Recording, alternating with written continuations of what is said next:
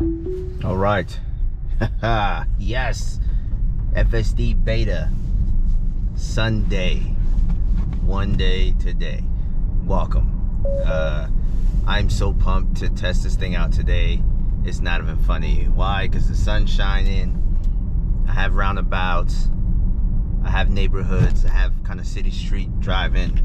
I've got the perfect recipe for evaluating how good this software is in a kind of in a permissive environment. Okay, so pretty chill neighborhood. You know, I'm really interested to know if this beta can actually exit this neighborhood appropriately and enter, let's call it a major path, right, that I need to travel.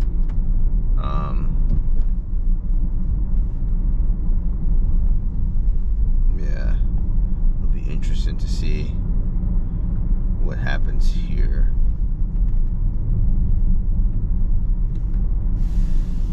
Right, because I mean those are some of the concerns, right? Is, hey, can I wake up, drop a pin? Can I wake up, drop a pin, and get to my destination? Great question. For now, it seems like that is kind of possible. It seems like it's kind of possible, but I don't know. So, you know, what I did was I woke up, I dropped a pin, and now I'm like, well, show me, you know, show me. That way I can get away from the, let's call it fanboy designator, and enter the true tester designator. But so far, so good, right? It's not been perfect at all. It's not been perfect at all, but it's been interesting again over the last couple of months to see how awesome this beta has been performing or improving, right? I think it's been getting better in certain areas and getting worse in others. And what I've done to kind of, you know, give a fair shake is what I consider the reset button, which is to calibrate the camera. So that's what I did, I believe yesterday. Kind of drove, you know, about a 50-mile path, and ran the calibration option. So my thoughts now are, hey, you know, I'm giving beta a fair shake at proving, you know, how performant it is. So we will see. I'm excited.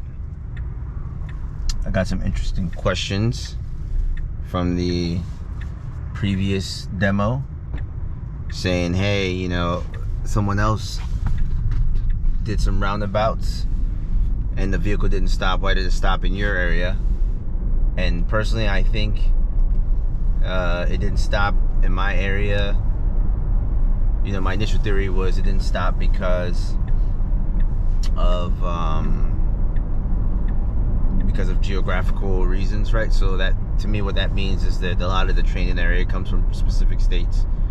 So I lived in California for a while, and I don't remember seeing roundabouts look the same as what we have here in, you know, the Maryland, East Coast area. And not just some, you know, I think all over Maryland, Virginia, and DC, there's some pretty significant roundabouts, right? It's almost like this, it feels like an East Coast thing, the notion of having roundabouts there. So, yeah, I think that the Tesla team in their, you know, development of the software, the majority of their data comes from California. So if, you know, there's not common road structures in place, you know, you get what you get. So my hope is, right, I think I saw a tweet maybe a day or two ago where Elon said, hey, you know, we're pushing beta to over 100,000 people, specifically this version, right, 12.2. So let's see, right? Let's see what happens. So that was one theory, right? Again, theory is region specific. The other theory I have is that my camera wasn't calibrated for the new beta, so, right, it did not perform as appropriate because of the, you know, some camera settings or something. So So today's gonna validate that. Obviously, I'm about to make this left turn, and I hope this thing doesn't get me killed. It's not. Okay, awesome. I mean, not bad, a little awkward, but not bad. And I say awkward, it was actually probably perfect in the eyes of, let's call it the viewer. So you all probably saw that and were like, wow, that's awesome, it did it. But if I was doing it, it'll be, I'd either stop, see my path, and just go. And from what it seemed like occurred was some uncertainty, some slight jerky, but you know, pretty good execution once the path was in place. So yeah, not bad. But I've driven this path before. I think some of my earlier videos use this path, so yeah, I'm excited. I think I'm posturing to do a 25,000 mile review of beta, not beta, of the Plaid, because this vehicle, oh my goodness, is just exceptional. I mean, again, if I could do this over again, I would still get this car.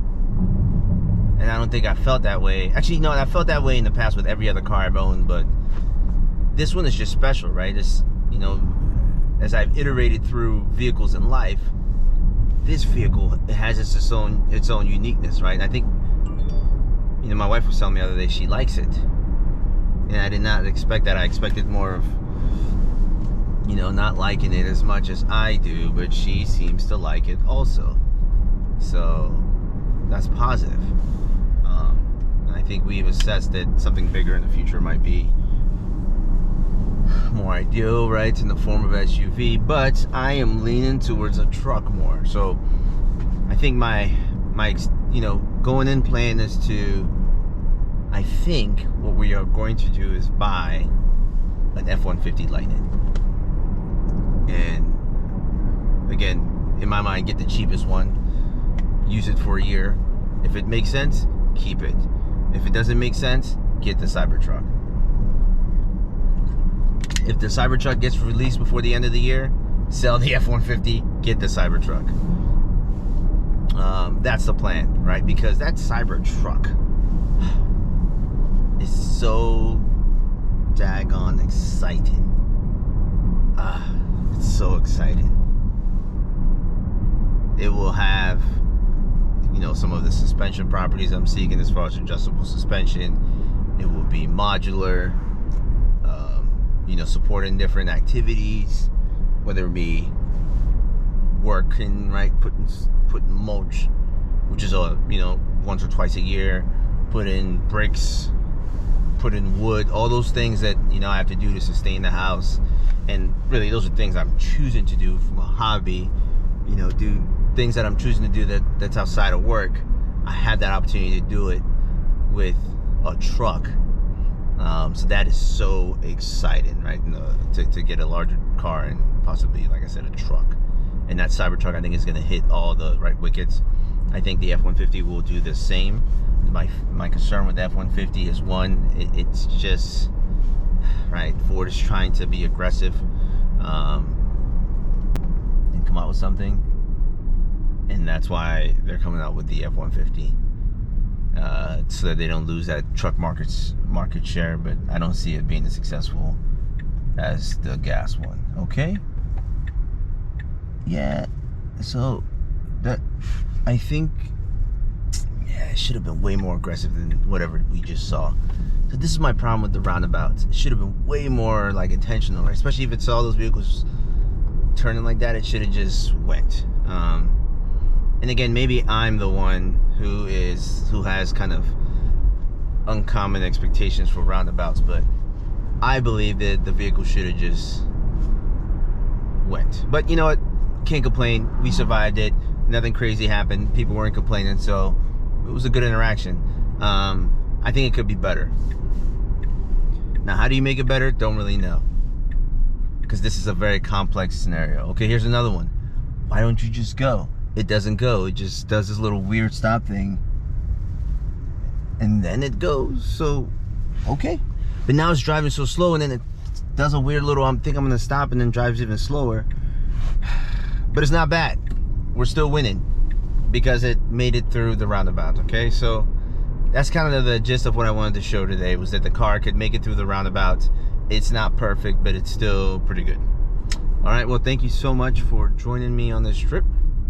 I hope you all have, wonderful, calm weekend. Nothing too crazy happens. I'm still amazed that I did not have to take over this drive, this 10-15 minute drive. So I hope you all enjoy the conversation and what you got to see today. Thank you all. Have a wonderful day.